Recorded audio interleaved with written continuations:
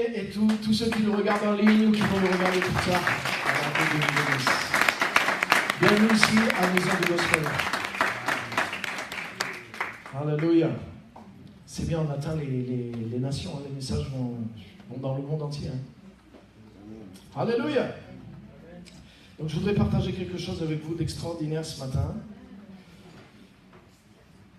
Parce que la parole de Dieu est quelque chose d'extraordinaire. Je veux partager avec vous au niveau de la grâce. Le titre de mon message, c'est connaître la grâce de Dieu. Et on va lire essentiellement deux ou trois textes. Donc on va lire un premier texte dans Éphésiens chapitre 1er et à partir du verset 3.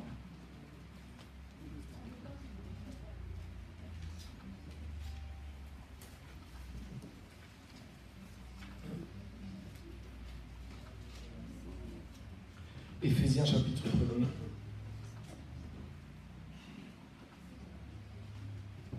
Et au verset 3.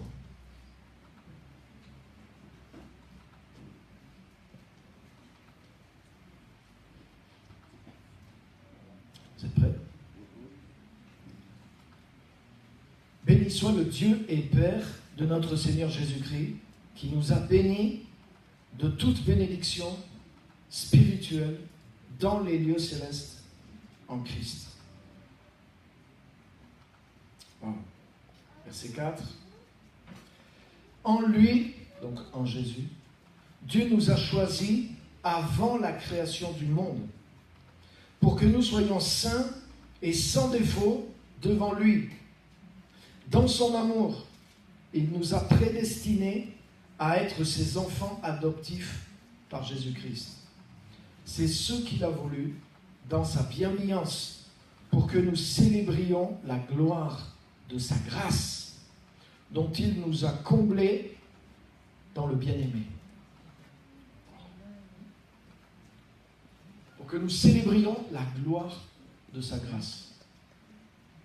C'est-à-dire qu'il y a une dimension de la grâce de Dieu qui est tellement grande, tellement glorieuse que la grâce de Dieu qui est accordée en Jésus, c'est quelque chose qui va être célébré. C'est quelque chose quand vraiment les gens vont s'en rendre compte, même les enfants de Dieu qui ont bénéficié de cette grâce. Le jour où ils vont se rendre compte de ce que c'est, ils vont célébrer, ils vont même pas célébrer ils vont célébrer la gloire de Dieu, bien sûr, mais là c'est dit qu'ils vont célébrer la gloire de cette grâce. C'est-à-dire la grâce de Dieu, la faveur de Dieu, le don de Dieu. La grâce, ça veut dire ça, c'est une faveur, c'est un don immérité de Dieu.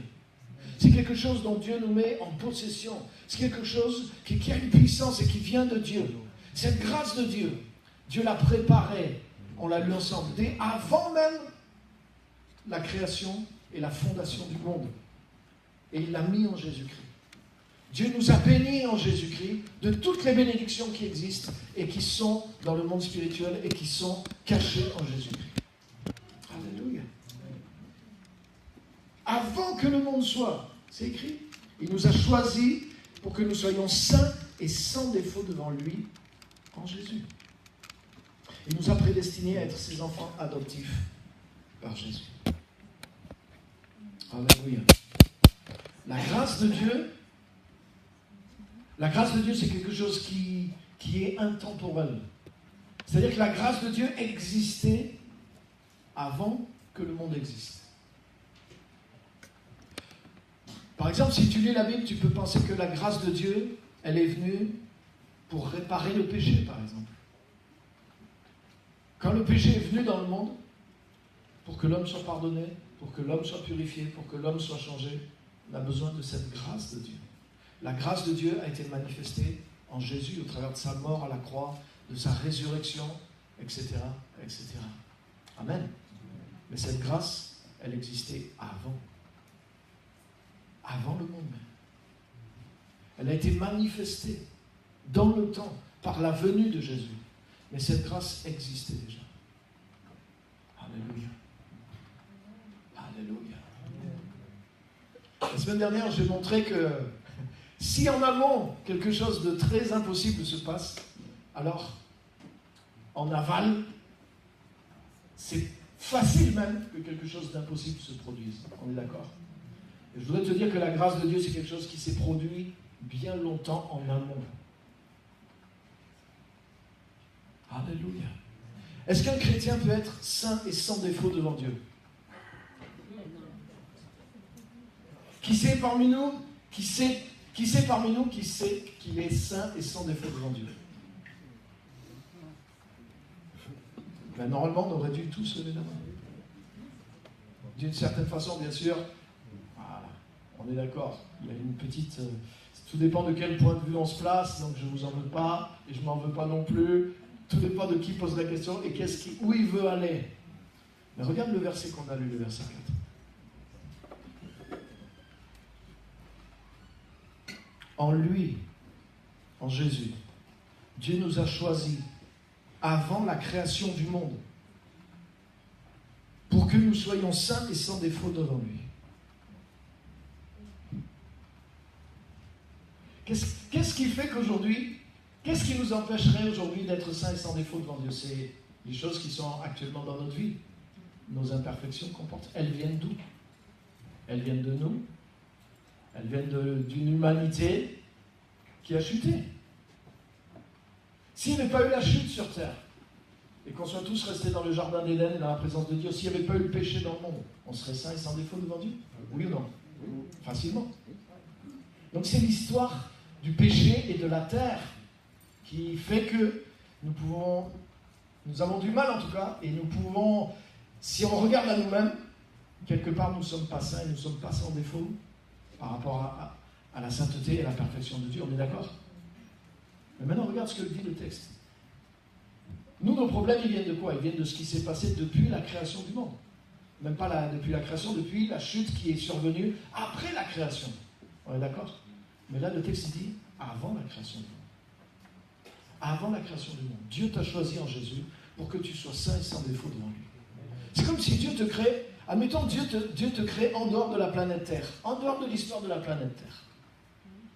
Par exemple, qui aurait aimé être dans le jardin d'Éden avant la chute? Hein? Quand même, ne serait-ce qu'un jour pour voir comment c'était. Même une heure. Ça vaudrait le déplacement. On pouvait faire un petit voyage dans le temps et passer une heure là-bas. On pourrait se rendre compte de ce qui s'est passé. Mais tu sais quoi? C'était sur terre encore. C'était avant la chute.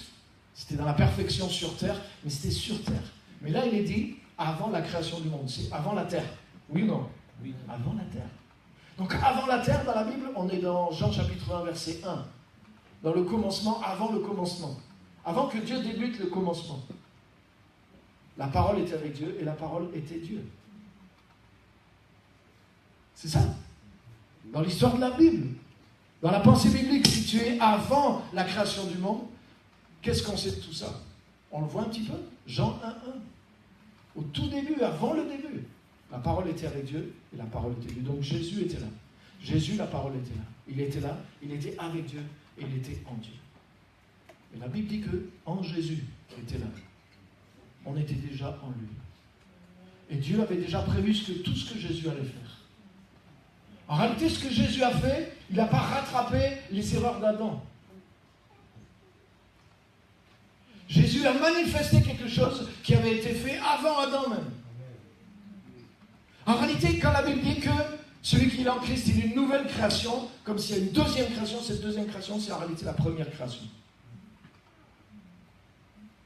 Parce qu'elle a eu lieu avant le temps. Et avant qu'on soit dans l'histoire du monde, Dieu a choisi les enfants de Dieu. Et il nous a créés en Jésus-Christ. Et tu sais pourquoi Dieu a fait ça? C'est écrit. Il l'a fait pour qu'on soit saint et sans défaut devant lui. Est-ce que tu crois qu'Adam et Ève, avant la chute, ils étaient saints et sans défaut devant Dieu?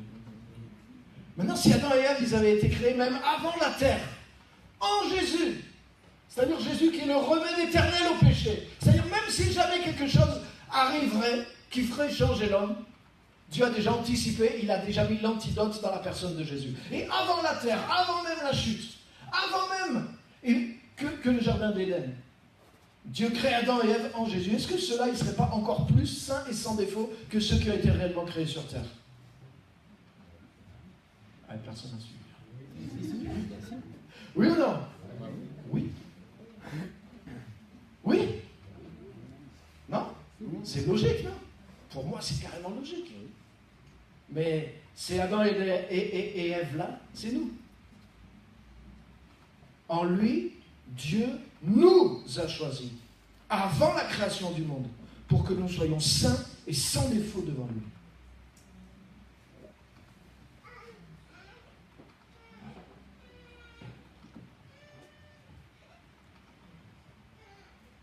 Il y a quelques années, en France, il y avait une maladie où les gens mouraient même de ça. Tétanos, polio.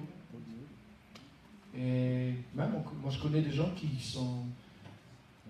ont été infirmes, hein, même en France, qui ont les séquelles des infirmités dues à la polio. Mais tu sais quoi, moi j'ai eu la chance de rien redouter de tout ça. Tu sais pourquoi? Parce que quand j'étais petit, j'ai été... Merci. Donc, est-ce que la polio est dans le monde? Oui, la polio.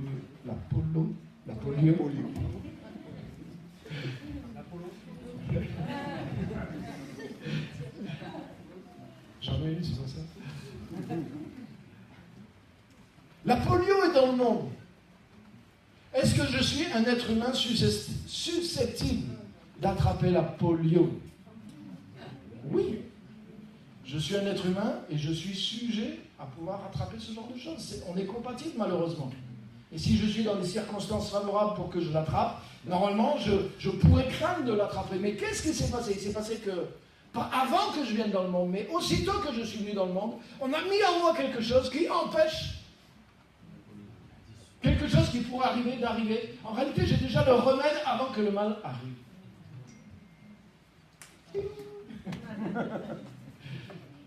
Que celui qui a des oreilles. Mais là, je ne te parle même pas d'un vaccin qui est arrivé quand tu es arrivé dans le monde. Là, je te parle que quelque chose que Dieu a fait avant même que le microbe arrive dans le monde.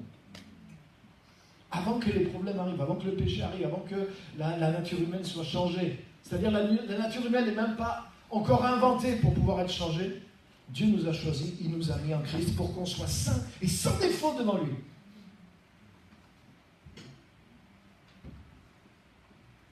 Oh, alléluia. Tu sais, mon ami, ce que Dieu a fait pour nous en Jésus-Christ, c'est par la foi qu'on le reçoit. Le pardon de tes péchés, c'est quelque chose que tu reçois par la foi. Si tu ne le crois pas, ça ne t'arrivera pas. Alors que pourtant, Jésus a payé. Mais si tu regardes à toi-même, tu pourrais dire, moi j'ai fait tellement de péchés. Pourquoi Dieu me pardonnerait moi? Pourquoi? À cause de la croix. Si tu regardes à toi-même aujourd'hui, tu peux dire, moi je ne suis pas saint et je suis loin d'être sans défaut. Et si tu regardes à toi, tu peux penser comme ça. Mais en faisant ça, tu ne peux pas croire. Et si tu ne peux pas croire, tu ne peux pas posséder. Parce qu'il y a quelque chose qui existe déjà. Et si tu t'en empares par la foi, tu peux le posséder. Et si tu commences à le posséder, tu vas commencer à le devenir. Amen. Parce que comment je suis devenu quelqu'un de pardonné? Parce que j'ai saisi un pardon qui existait. Et quand j'ai saisi ce pardon qui existait, j'ai commencé à le posséder. Et je dis, mais c'est vrai, je suis pardonné. Aujourd'hui, c'est facile pour moi de croire que je suis pardonné. Pourtant, je ne suis pas plus digne d'être pardonné que je l'étais il y a 30 ans. Vrai ou faux?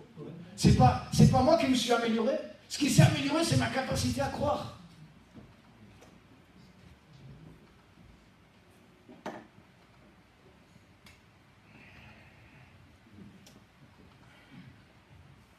Aujourd'hui, si je me regarde, je ne suis pas saint, je ne suis pas sans défaut.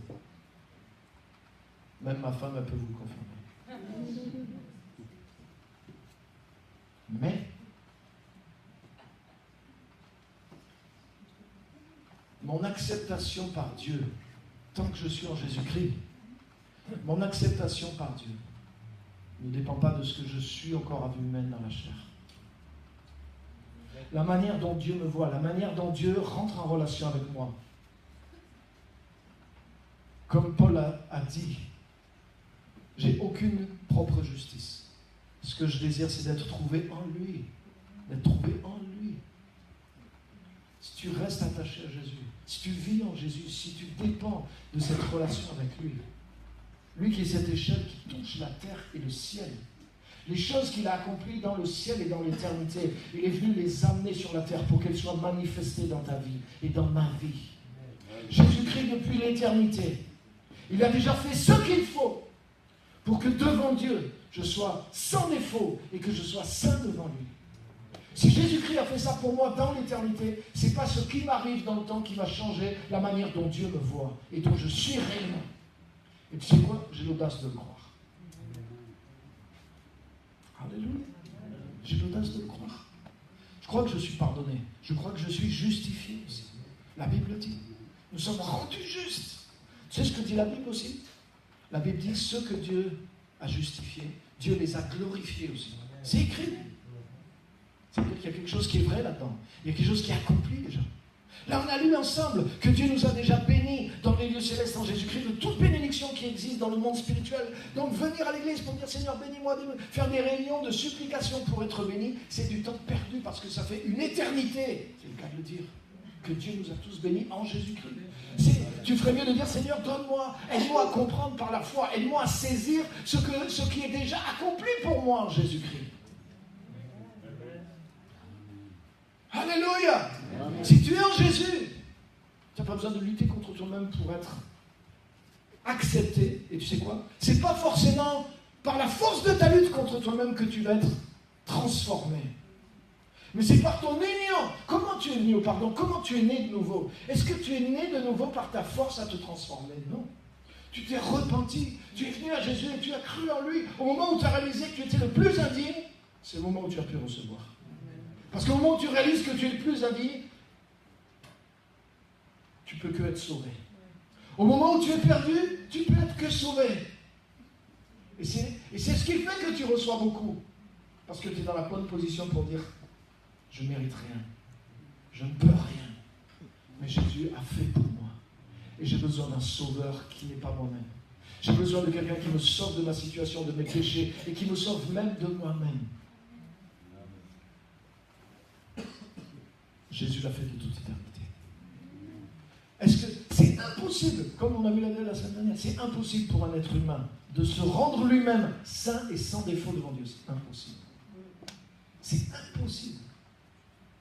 Tu peux faire tout ce que tu veux. Mais Jésus a fait quelque chose dans l'éternité pour que ce soit accompli. Il nous a choisi. C'est fait au passé. C'est le passé éternel. Tu ne connais pas?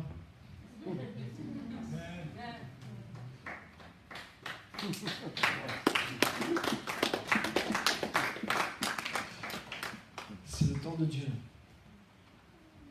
Dieu nous a conjugués au passé éternel.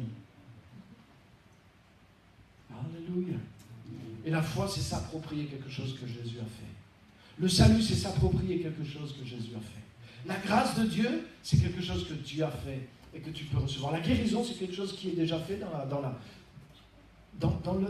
de Dieu. Des fois, on dit à Dieu, guéris-moi, guéris-moi, guéris-moi. Non, Dieu n'a pas à venir te guérir.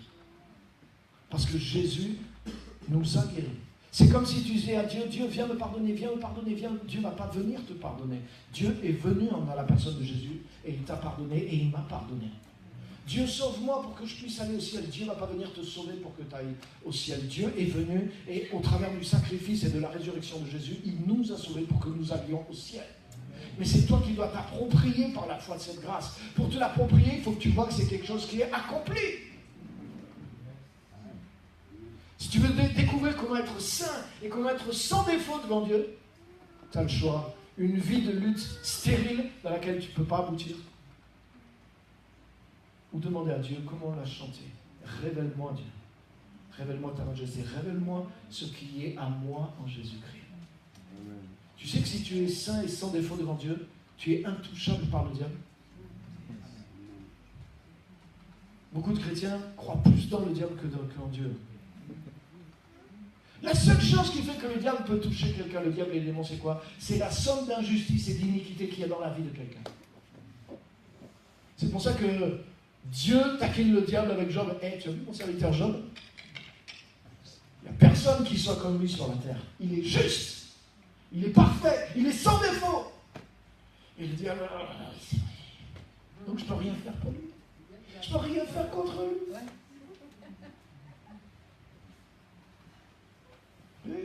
Il a besoin d'une dérogation pour pouvoir faire quelque chose. Si seulement je trouvais des failles, s'il y avait des fautes, s'il était injuste, je pourrais faire quelque chose contre lui. Mais il peut rien faire contre lui.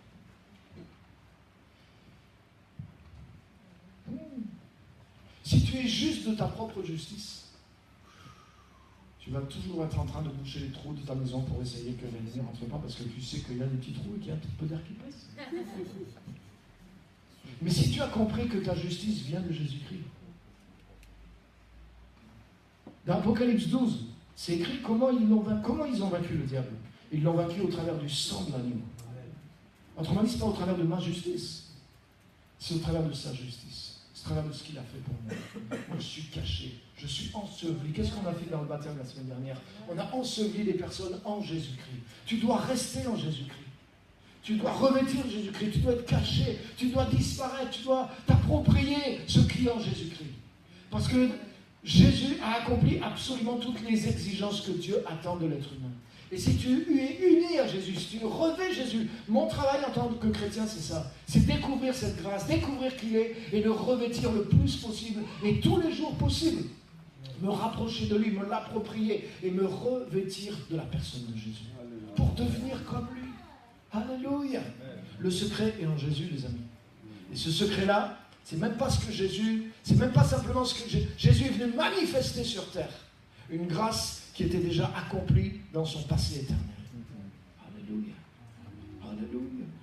Si avant la création du monde, Dieu m'a choisi en Christ, avant la création, avant même que le péché existe ou quoi que ce soit, Dieu m'a choisi avant la création. Il m'a mis en Christ pour que je sois saint et sans défaut devant lui. Alors, il y a des chances que ça aille marcher, quoi.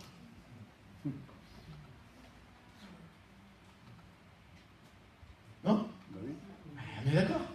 Donc si Dieu a pris quelqu'un, même de terrible comme toi ou moi, mais avant même que le monde existe, il t'a mis en Jésus-Christ, dans cette œuvre, dans cette personne, dans ce que Jésus allait accomplir, dans ce qu'il allait être pour l'homme. Et il a fait ça exprès, il a dit, parce que le mal va être tellement grand, la polio va être tellement forte, qu'il faut un vaccin puissant. Mais ce vaccin ne va pas venir après le mal. Ce vaccin va exister avant même que le mal existe. Ça, c'est le signe que c'est le plus fort déjà. Le péché, il est lié à la terre. Le péché, il a existé au travers de l'histoire des hommes. Le péché n'est pas venu dans l'éternité. Le péché n'est pas né dans, ne vient pas du... Il n'est pas éternel. Il est né sur terre. Le péché de l'homme est né sur terre. Mais la justice de celui qui est en Christ, elle n'est pas née sur terre. Elle est née dans l'éternité, avant la création du monde. Ce qui est éternel est plus fort que ce qui est passager. C'est pour ça que la Bible dit, tous ceux qui vont recevoir la grâce de Dieu et l'abondance de la grâce, ils vont régner dans la vie par Jésus-Christ seul. Amen. Oh, alléluia. Maintenant, ma question, c'est comme quand Dieu s'est révélé à Jacob. Tu vas ajouter foi à 40%, à 60%, à 90%. Oui, ça c'est vrai, la Bible dit ça, oui, mais ça c'est la théorie, mais en réalité, je suis comme ci, comme ça. Si tu penses comme ça, tu es en train de ne pas croire. On ne se rend pas compte des fois. Des fois, on dit aux non-chrétiens, les non-chrétiens, c'est trop facile, si tu viens à la croix, tu peux être pardonné, nanana. Ils ont des raisonnements qui leur empêchent de ne pas croire. Mais nous, tu crois qu'on n'en a pas? On a des raisonnements qui nous empêchent de ne pas croire. Je vais vous montrer quelque chose d'autre.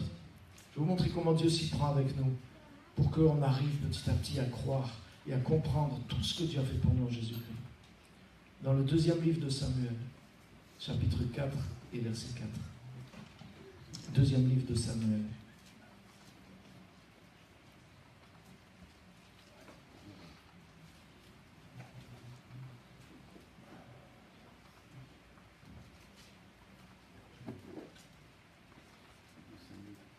De Samuel 4, 4. Jonathan, c'est affiché, vous pouvez lire derrière moi. Jonathan, le fils de Saül, Saül, premier roi d'Israël, vous vous en rappelez? Qui a été succédé ensuite par David. Donc Jonathan, le fils de Saül, avait un fils handicapé aux 2 jambes. Regarde l'histoire de ce fils. Il était âgé de 5 ans lorsqu'arriva de Jezréel la nouvelle de la mort de Saül et de Jonathan. Ça veut dire que cet enfant de 5 ans, le même jour, il a perdu son père et son grand-père. C'est ça qui s'est passé. C'était le fils de Jonathan, et Jonathan était le fils du roi Saül. Jonathan, le fils de Saül, avait un fils handicapé. D'accord ? Il était âgé de 5 ans lorsqu'arriva de Jezréel la nouvelle de la mort de Saül, son grand-père, et de Jonathan, son propre père. C'est dramatique.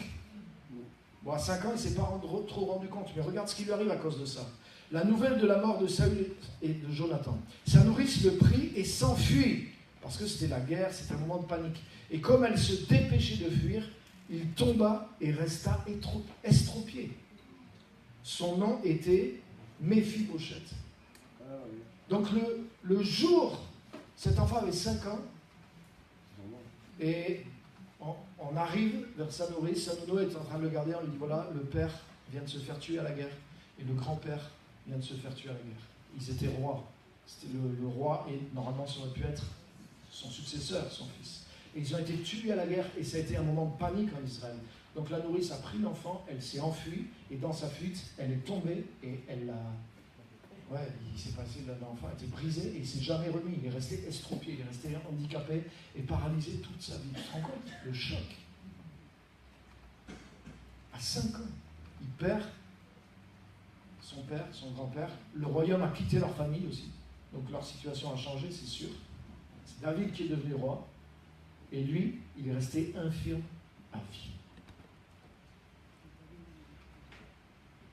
Chapitre 9, un peu plus loin. 2 Samuel, chapitre 9.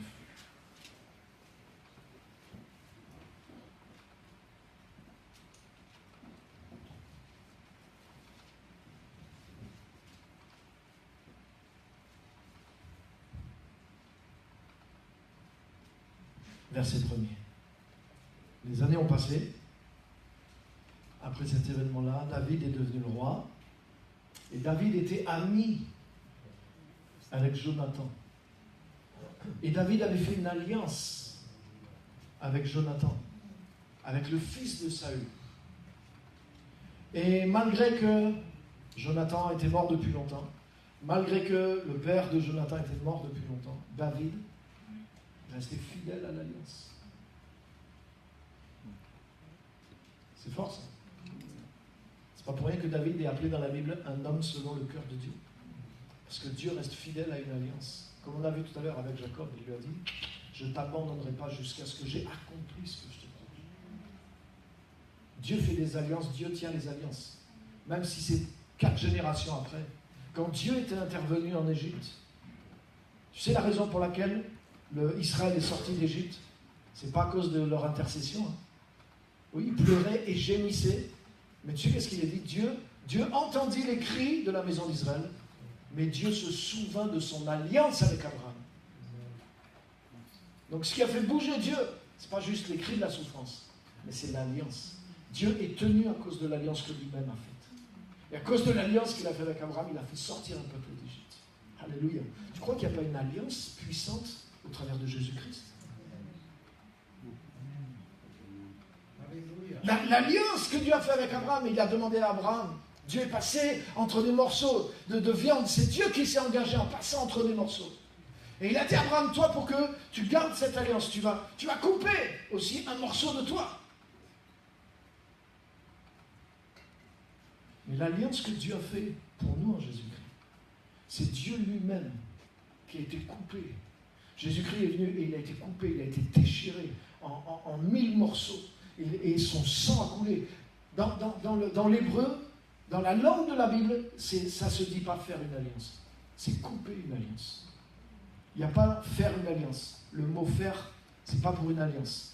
En hébreu, tu coupes une alliance. Parce qu'il y a toujours du sang qui est versé. Il y a toujours quelqu'un qui... Il y a une victime, il y a du sang.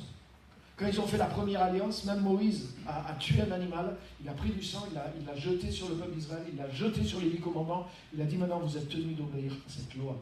Voilà l'alliance que Dieu a fait au travers du sang. Tu coupes une alliance.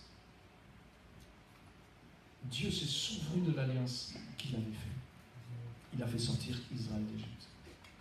David s'est souvenu de l'alliance qu'il avait faite avec son ami Jonathan. Et il a été chercher Méphibosheth. David demanda, reste-t-il encore quelqu'un de la famille de Saül pour que je lui fasse du bien à cause de Jonathan?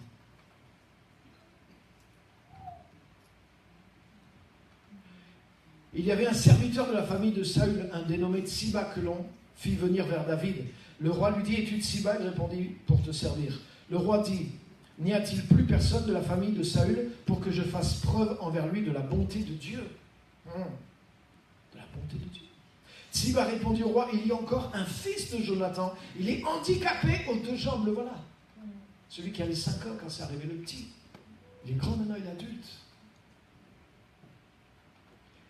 Et qu'est-ce que dit David? Est-ce qu'il y a encore quelqu'un de la famille de Saül pour que je lui fasse du bien à cause de Jonathan? Et oui, il y avait un descendant de Jonathan. Il y avait Méphibosheth. Lui il était comme inclus dans la lignée de Jonathan.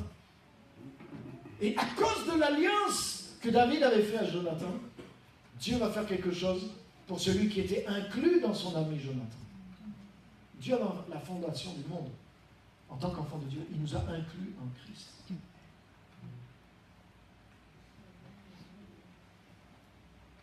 Ce que Dieu a fait dans l'état éternel, à combien plus forte raison? Dieu veut que tu le saisisses maintenant.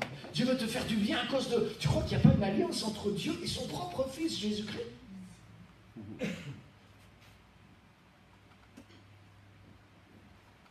Si Dieu ne tenait pas la parole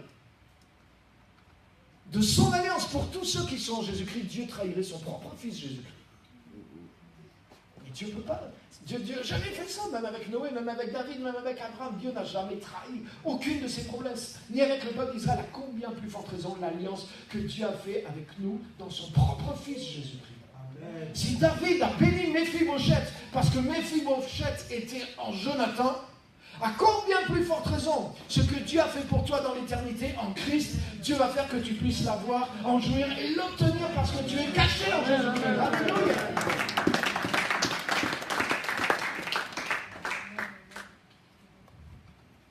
Verset 4. Donc il y a encore un fils de Jonathan, il est handicapé aux 2 jambes. Verset 4. Le roi lui demanda, où est-il? Et Tsiba répondit au roi, il est chez Makir, fils d'Amiel, à Lo-Débar. Le roi David l'envoya chercher chez Makir, le fils d'Amiel, à Lo-Débar. Méphibosheth, fils de Jonathan et petit-fils de Saül, vint vers David. Regarde bien. Il tomba le visage contre terre et se prosterna. David dit, Méphibosheth. Il répondit, me voici, je suis ton serviteur. David lui dit, n'aie pas peur, car je veux te faire du bien à cause de ton père Jonathan. Je te rendrai toutes les terres de Saül, ton grand-père, et tu mangeras toujours à ma table. Méphibosheth se prosterna et dit, que suis-je, moi ton serviteur, pour que tu prennes attention à un chien mort tel que moi?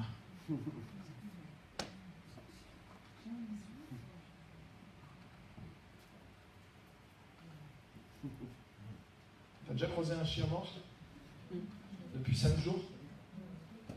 Avec le temps qu'il fait là. Même si tu ne le croises pas, même s'il est à 200 mètres, tu sais qu'il est là. Un chien mort, il n'y a rien de pire. Et quand David a fait venir Méphibosheth, la première réaction de Méphibosheth, il a eu peur. Parce que David était un autre roi. Il s'est dit, peut-être, comme je suis un descendant de l'ancien roi, peut-être il va me liquider de peur que je relève la dynastie du roi Saül. Il avait peur. Et des fois, quand tu viens à Jésus, quand tu as vraiment été convaincu de péché, et que tu étais loin de Dieu quand tu viens à Jésus, tu n'es pas fier quand Dieu te dit viens. C'est vrai ou c'est pas vrai? Et tu tombes. Et là, c'est comme si Dieu te disait, ne crains rien. Si tu viens en Jésus-Christ, tu viens au travers de Jésus, tu viens pour te repentir, tu viens pour te repentir, n'aie pas peur. Parce que je veux te faire du bien à cause de Jonathan. Dieu veut te dire ça. Je veux te faire du bien à cause de Jésus-Christ. Amen. Alléluia. Dieu lui a pas dit, Méphibosheth, David lui a pas dit, Méphibosheth, qu'est-ce que tu as fait de bon pour moi? Qu'est-ce que tu as fait pour mon royaume depuis que tu es là dans mon royaume? Tu profites, tu manges. est-ce que Dieu a fait quelque chose de bon? Il ne lui a rien dit, il ne lui a pas demandé compte par rapport à ses œuvres. C'était uniquement, ça venait de sa décision. David s'est dit, mais est-ce qu'il reste quelqu'un de vivant de la famille de Jonathan pour que j'agisse de la bonté de Dieu envers lui? Donc c'est parti de son propre cœur. Tu sais quoi, si Dieu nous aime, si on est béni, si on peut être sauvé en Jésus, ça ne vient pas de nous, ce n'est pas notre idée. C'est quelque chose qui est parti du cœur de Dieu. Et c'est quelque chose que Dieu a planifié dans l'éternité, avant même la création du monde. Dieu nous a bénis déjà en Jésus-Christ. Comme ça, il a dit, malgré tout ce que je sais qui va arriver, en donnant la liberté aux hommes et aux anges. Je sais ce qui va se passer, mais malgré ça, personne ne pourra toucher à mon plan éternel. C'est scellé dans l'éternité. C'est scellé avant que le temps commence. C'est scellé avant la création du monde. Parce que j'ai choisi, j'ai résolu de faire du bien dans ma grâce et dans ma bonté à tous ceux qui vont venir se réfugier en Jésus-Christ. Amen. Alléluia. Alléluia. C'est pour ça que... Si ça dépendait de toi, comment Paul aurait pu dire, mais je sais que aucune créature, rien ne peut me séparer de l'amour de Dieu. Mais on peut dire, mais Paul, tu es un prétentieux. Toi-même, avant, tu as lutté contre les chrétiens. Qu'est-ce que tu en sais que tu ne vas pas virer de bord Mais il a dit, non, je sais, parce que ça ne vient pas de moi. Tant que je suis en Christ, mais rien ni personne, aucune créature, rien ne peut me séparer de l'amour de Dieu manifesté en Jésus-Christ. Parce que mon salut ne vient pas de moi. Le changement qui est dans ma vie ne vient pas de moi. Il vient de ce que Dieu a placé de toute éternité en Jésus-Christ. Et j'ai mis ma foi là-dedans. J'ai enlevé de la foi moi-même. J'ai perdu la foi dans mes œuvres. J'ai perdu la foi dans aucune religion. J'ai mis ma foi dans l'œuvre, dans le plan éternel de Dieu qui a été accompli et consommé dès l'éternité en Jésus-Christ. Et en entrant dans Jésus-Christ, ce plan se manifeste dans ma vie. Et plus je crois, plus je m'en imprègne, plus ce plan me possède. Vient dans ma vie et se manifeste au travers de ma vie. Alléluia.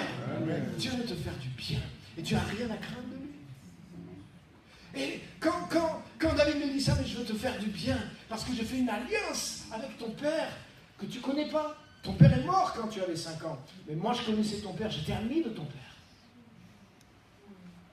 On ne connaissait pas vraiment qui était Jésus. Mais Dieu sait qui est Jésus. Son propre fils. C'est comme lui-même, une part de lui-même. Alléluia. Et si tu viens en Christ, Dieu veut te faire du bien à cause de l'alliance qu'il a avec son propre Fils. Alléluia. Alléluia. Et David, ce qu'il lui dit, c'est extraordinaire. David lui dit, je veux que tu manges tous les jours à ma table. Je veux te rendre toutes tes possessions. Et je veux que tu manges tous les jours à ma table. Et lui, il tombe par terre et il dit, mais qui suis-je, un chien mort tel que moi, pour manger tous les jours à la table du roi?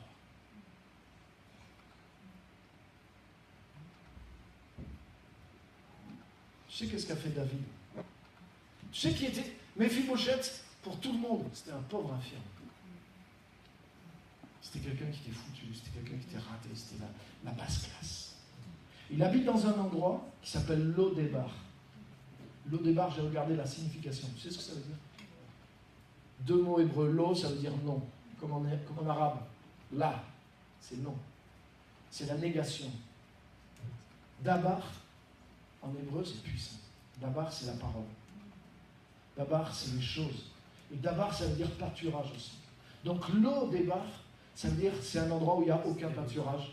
C'est un endroit où il n'y a aucune parole. C'est un endroit où il n'y a aucun événement. Autrement dit, c'est le désert total. Et il vivait là-bas, dans un endroit sec, un endroit désertique. C'est un endroit désert spirituellement. Et en fait, la seule chose qu'il avait, c'était se regarder lui-même et se dire, je suis un pauvre infirme, je suis un raté, je n'ai pas eu de chance dans la vie. Je suis un orphelin. Et mon père est devenu orphelin le même jour que moi. J'ai tout perdu en un jour, on m'a raconté cette histoire. Mais moi, j'ai eu du mal juste à survivre à cause de mon handicap et tout le monde, c'est lui, c'est lui qui est tombé, c'est lui qui... C'est le pauvre gars qui est handicapé. C'est un chien mort. C'est un chien crevé. Et le jour où le roi l'a appelé, lui, la seule chose qui s'y dans son cœur, c'est si le roi m'appelle, c'est sûr, c'est que c'est fini pour moi, j'ai un problème. Il n'y a aucune autre raison. Il ne voyait aucune autre raison pour laquelle le roi pouvait le faire venir.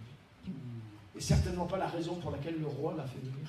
Je veux te faire du bien à cause de l'alliance que Jonathan. Mais Jonathan, c'est qui? C'est le père que tu n'as pas connu. Mais moi, je le connaissais, ton père. Je fais une alliance avec lui. et je veux te montrer la bonté de Dieu. Mais lui, il vient dans un endroit où il n'y a pas de parole.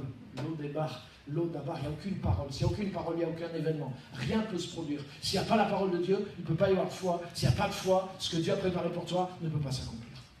Donc il n'y a pas de pâturage. Tu n'as rien à manger pour ton âme. C'est pour ça que c'est bon de venir à l'église. C'est pour ça que c'est bon de venir à la cellule dans la semaine. Parce qu'il y a un pâturage qui est là. Alléluia! Et qu'est-ce qu'il lui a dit? David lui a dit, ton histoire de chien mort, là. Moi, je ne te vois pas comme un chien mort. Je veux que tu manges tous les jours à ma table. Et il a déménagé de Lo-débar. Il est venu habiter à Jérusalem. Jérusalem, c'est mythique. Jérusalem, c'est la ville de la paix. C'est la cité du grand roi. C'est le centre spirituel du monde, Jérusalem. Donc il a quitté Lo-débar, le désert où il n'y a rien qui arrive. Il est venu habiter à Jérusalem et il a mangé tous les jours à la table du roi. Tu sais qu'est-ce que David voulait? Ce gars, il ne le savait pas. Méphibosheth se voyait comme un infirme. Mais David savait que avant qu'il soit infirme, son père était un roi. Son grand-père était un grand roi d'Israël. Mais lui ne savait pas. Et il vivait, pourquoi? Parce qu'il vivait dans un endroit où il n'y avait pas de révélation. Un endroit où c'était le désert, il ne savait pas qui il était. Et il pensait que, à cause de ce qu'il voyait en lui, moi, saint et sans défaut, c'est pas possible. Non, je vois qui je suis. Je suis un chien mort. Je suis un handicapé. Je suis un fardeau. Je suis un boulet. Je suis rien. Je ne peux rien. C'est ce qu'il voyait. Mais il y avait quelque chose qui était arrivé avant, qu'il ne savait pas, mais que d'autres savaient.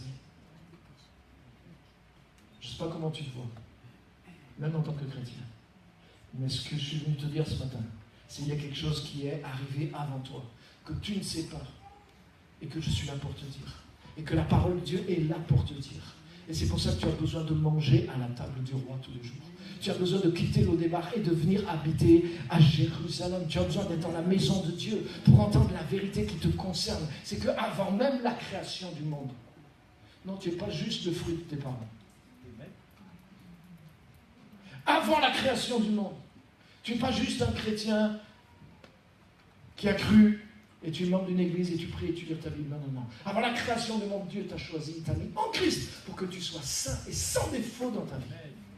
Et c'est comme ça que c'est ce que Dieu a fait avant que tu commences même d'exister, avant que les problèmes existent sur la terre. Et si tu crois ta parole, si tu manges tous les jours à la table du roi, le sang royal qui est à l'intérieur de toi va commencer à être ranimé. Les gènes qui se sont tus et qui ont oublié qui tu étais vraiment, à force de regarder ton désert et à force de regarder à tes infirmités, tu as fini par croire ce que tu voyais.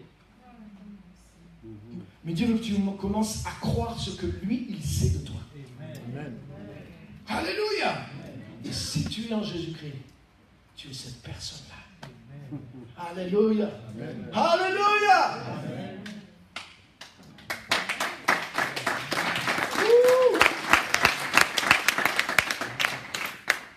Amen.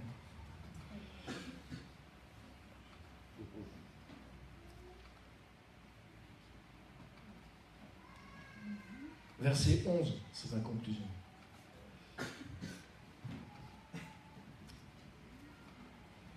Et dit au roi, ton serviteur fera tout ce que le roi mon Seigneur ordonne à son serviteur. Méphibosheth mangea donc à la table de David comme s'il était l'un des fils du roi. Parce qu'en réalité, il était un fils du roi.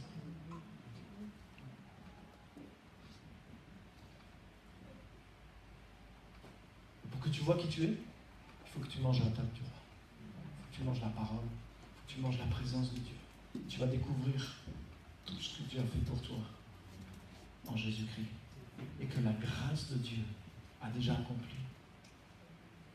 Veut te révéler et que tu possèdes. Alléluia. On va se terminer par la prière.